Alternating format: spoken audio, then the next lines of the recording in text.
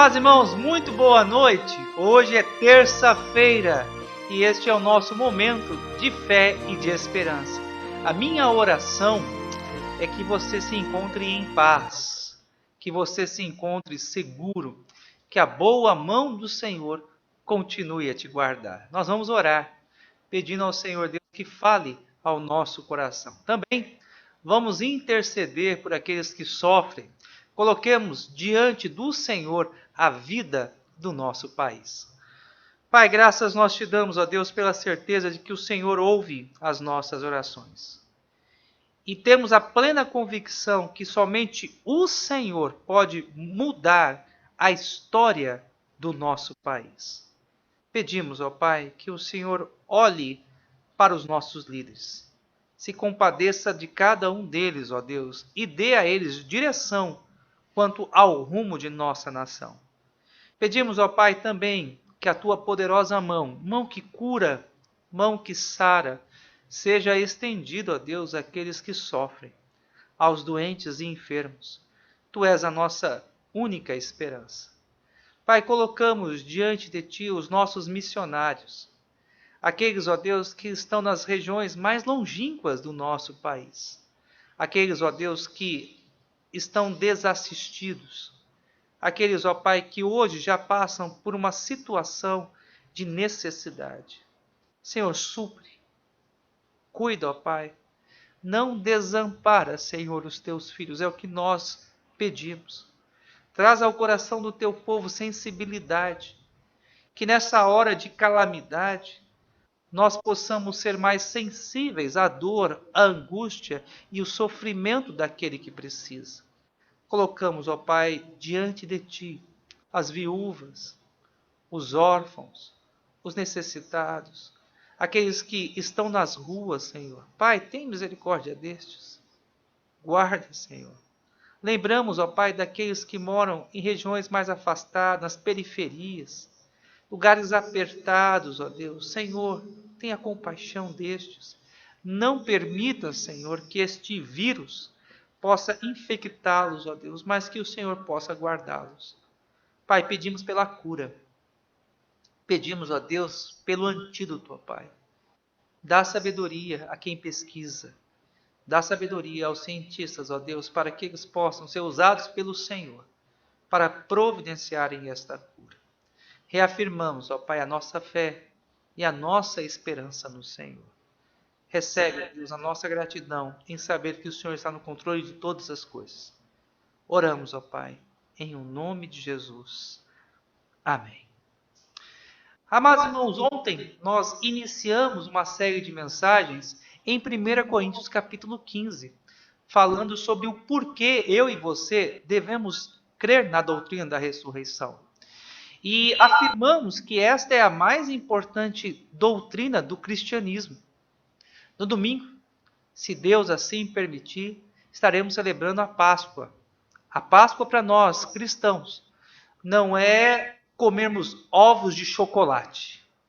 Mas para nós, cristãos, a Páscoa é a ressurreição de Cristo Jesus. É a celebração da vida. Por que podemos crer nessa doutrina? Podemos crer nessa verdade. O convido para que abramos a palavra do Senhor em 1 Coríntios capítulo 15. Nós faremos a leitura do texto da palavra de Deus, do versículo 5 até o versículo de número 7. 1 Coríntios capítulo 15, do versículo 5 ao versículo de número 7. A palavra do Senhor assim nos diz.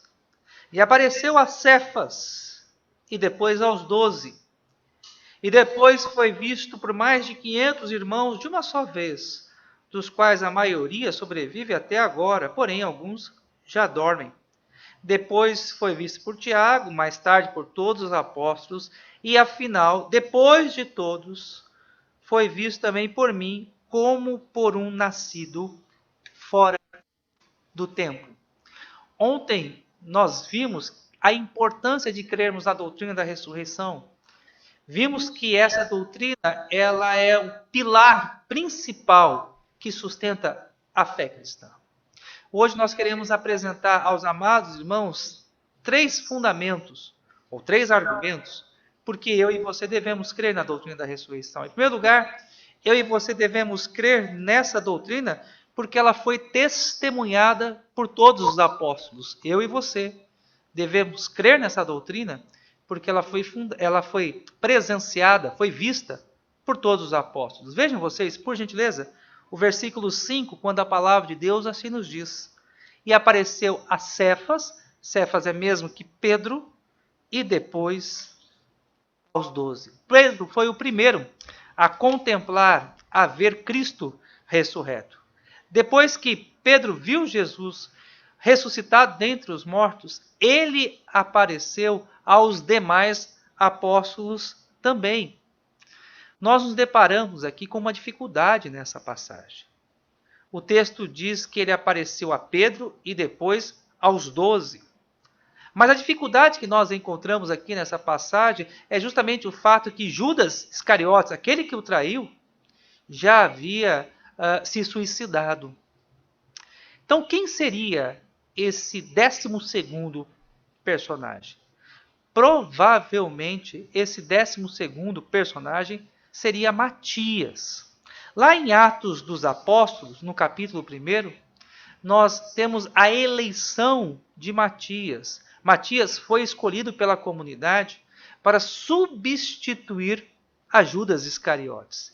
E é bem provável que Matias, provavelmente, estivesse no mesmo lugar, na mesma casa, que Cristo apareceu aos demais apóstolos. Vejam vocês, em Lucas 24, 33, Lucas 24, 33, a palavra do Senhor assim nos diz. E na mesma hora, levantando-se, voltaram para Jerusalém, onde acharam reunidos os 11 e outros com eles, os quais diziam, o Senhor ressuscitou e já apareceu a Simão. Simão é o mesmo Pedro, Cefas. Então os dois contaram o que lhes acontecera no caminho e como fora por eles reconhecido no partir do pão. Eu chamo a sua atenção porque lá em Lucas 24, 33 diz, reunidos os 11 e outros com eles. Então, provavelmente, dentre esses outros, lá estava Matias. E quando a igreja, então, escolhe o substituto de Judas Iscariotes, o escolheu por ter sido este, provavelmente, uma das testemunhas da ressurreição de Cristo Jesus. Então, eu e você podemos crer que Cristo Jesus ressuscitou dentre os mortos porque ele apareceu aos apóstolos. O segundo argumento que nos leva a crer que Jesus ressuscitou dentre os mortos é que Jesus ele foi visto por mais de 500 pessoas, todas estas de uma só vez. Vejam vocês o versículo de número 6, quando diz, depois foi visto por mais 500 irmãos de uma só vez, dos quais a maioria sobrevive até agora, porém alguns já dormem. Paulo, ele viu e conviveu com pessoas que foram testemunhas oculares da ressurreição de Cristo Jesus. A ressurreição ela é um fato histórico verídico, é um fato histórico verdadeiro. A nossa fé ela está sustentada sobre essa narrativa, sobre este fato. O túmulo está vazio. O Cristo ressurreto foi visto pelos apóstolos e foi visto por mais de 500 pessoas. Existem uma série de documentos históricos dos tempos dos apóstolos e um tempo posterior aos apóstolos que narram de forma fidedigna que Cristo ele ressuscitou dentre os mortos. É importante que nós reafirmemos essa verdade. A ressurreição ela não é uma ficção, não é uma invenção dos judeus e nem tampouco uma história mentirosa contada pelos discípulos de Cristo Jesus. 500 pessoas e mais viram Cristo Jesus ressurreto em seu corpo glorioso. Lembremos também que na ascensão de Cristo, conforme Atos capítulo 1, ele sobe aos céus e uma multidão contempla a sua ascensão à glória celestial. Portanto, eu e você não podemos ter dúvidas quanto a este fato. Eu e você não podemos ser descrentes quanto à ressurreição de Cristo. Lembremos que a nossa fé repousa sobre este fato histórico. Cristo, ele ressuscitou e é por isso que nós temos vida. Em terceiro e último lugar, eu e você podemos crer que Cristo ressuscitou dentre os mortos, porque Jesus aparece a Tiago e, por último, ao próprio apóstolo Paulo, o autor desta carta, o autor deste capítulo. Vejam vocês, versículos 7 e 8. Depois foi visto por Tiago, mais tarde por todos os apóstolos, e afinal, depois de todos, foi visto também por mim, como por um nascido fora do tempo. Nós temos aqui uma pergunta que necessita de resposta. Quem é esse Tiago que Paulo se refere? E nós cremos que o Tiago, a quem Paulo se refere aqui nesse texto, é o irmão de nosso Senhor Jesus Cristo. Tiago era o irmão de sangue, nascido de Maria, de nosso Senhor Jesus Cristo. Esse Tiago, a priori, não creu no seu meio-irmão. Não aceitou a mensagem desse meio-irmão. Ele rejeitou a mensagem de Jesus. Isso fica muito claro lá em João capítulo 7, de 1 a 5. A palavra do Senhor assim nos diz: passadas estas coisas, Jesus andava pela Galileia porque não desejava percorrer a Judéia, visto que os judeus procuravam matá-lo. João 7, 2. Ora, a festa dos judeus, chamada Festa do Tabernáculo, estava próxima. Dirigiam-se, pois, a ele os seus irmãos e disseram: deixa este lugar e vai para a Judéia, para que também os teus discípulos vejam as obras que fazem. Porque ninguém há que procure ser conhecido em público, contudo, realize seus feitos em oculto. Se fazes estas coisas, manifesta-te ao mundo, e aqui eu chamo a sua atenção para o versículo 5. Pois nem mesmo os seus irmãos, e aqui são irmãos de sangue, criam nele. Esse Tiago, que outrora incrédulo, receoso de crer na mensagem do seu meio-irmão Jesus, posteriormente torna-se o principal líder da igreja em Jerusalém, junto com Pedro e com João. O evangelho ele transforma. O evangelho ele muda vidas. E Tiago ele teve a sua vida impactada, transformada justamente pela ressurreição de Cristo Jesus, seu meio-irmão. Portanto, meus amados irmãos, eu e você podemos crer na ressurreição de Cristo Jesus, porque este fato histórico transformou a vida de Tiago, outrora incrédulo, descrente, posteriormente, depois de ter contemplado a ressurreição de Cristo Jesus, o seu meio-irmão, torna-se um dos mais proeminentes líderes da igreja em Jerusalém. E por último aqui o texto também fala sobre Paulo. Paulo foi o último a ver Cristo ressurreto. Foi o próprio Senhor Jesus quem o chamou quando este estava a caminho da cidade de Damasco. Paulo, ele era um dos maiores perseguidores da igreja de Cristo Jesus. Paulo prendia, Paulo censurava e condenavam aqueles que anunciavam a fé em Cristo Jesus. De perseguidor, Paulo passa a ser perseguido por causa do Evangelho. E o que impactou, transformou a vida deste tão importante homem para a história do cristianismo, foi justamente a ressurreição de Cristo Jesus, a mensagem da ressurreição. Portanto, eu e você podemos afirmar que Cristo realmente ele ressuscitou dentre os mortos. Ressuscitou porque foi visto pelos apóstolos, e os apóstolos testemunharam essa verdade. Ressuscitou porque foi visto por mais de 500 pessoas, que viram a sua glória, e provavelmente alguns destes contemplaram também a sua ascensão. Cristo, ele ressuscitou, porque vidas foram transformadas.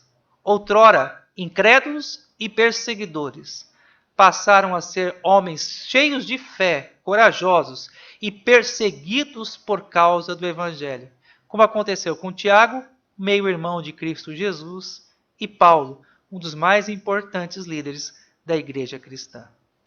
Que a mensagem da ressurreição possa impactar a sua vida. Que a sua fé seja renovada. Que a tua esperança possa ser restaurada. Olhe para o túmulo. O túmulo está vazio. O nosso Redentor vive. E porque Ele vive, nós temos esperança. Porque Ele vive, sabemos que temos um futuro glorioso. Bendito seja Cristo Jesus, o nosso Salvador, que ressuscitou dentre os mortos. Amanhã, se o Senhor Deus assim permitir, daremos continuidade a esse tema, falando por que nós devemos crer na doutrina da ressurreição. Você pode convidar os seus amigos para ouvir esta mensagem. Você também pode compartilhar esse vídeo do YouTube com os seus amigos. Ajude a sua igreja a proclamar o evangelho da verdade, a anunciar a todos que Cristo ressuscitou e que nós temos esperança. Uma ótima noite. Um forte abraço. Deus te abençoe em o nome de Jesus.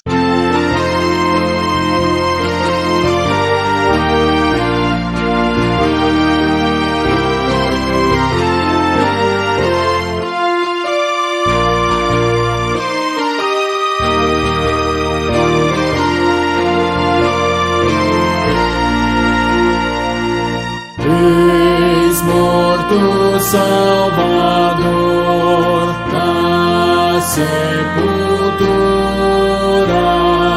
mas com poder real ressuscitou. Da sepultura saiu, com triunfo e glória ressurgiu. Ressurgiu vencendo a morte e seu poder. Pode agora a todos vida conceder. Ressurgiu, ressurgiu, aleluia, ressurgiu. Tomaram precaução com seu sepulcro. Foi tudo em vão, porém, para o reter. Da sepultura saiu, com triunfo e glória ressurgiu. Ressurgiu vencendo a morte e seu poder. Pode agora a todos vida conceder. Ressurgiu, ressurgiu, aleluia, ressurgiu.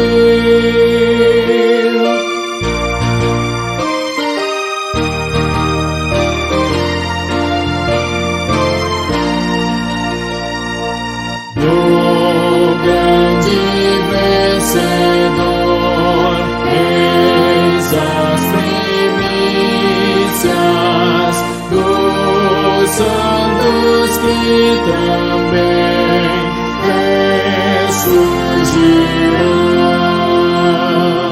Da sepultura saiu, com triunfo e glória ressurgiu.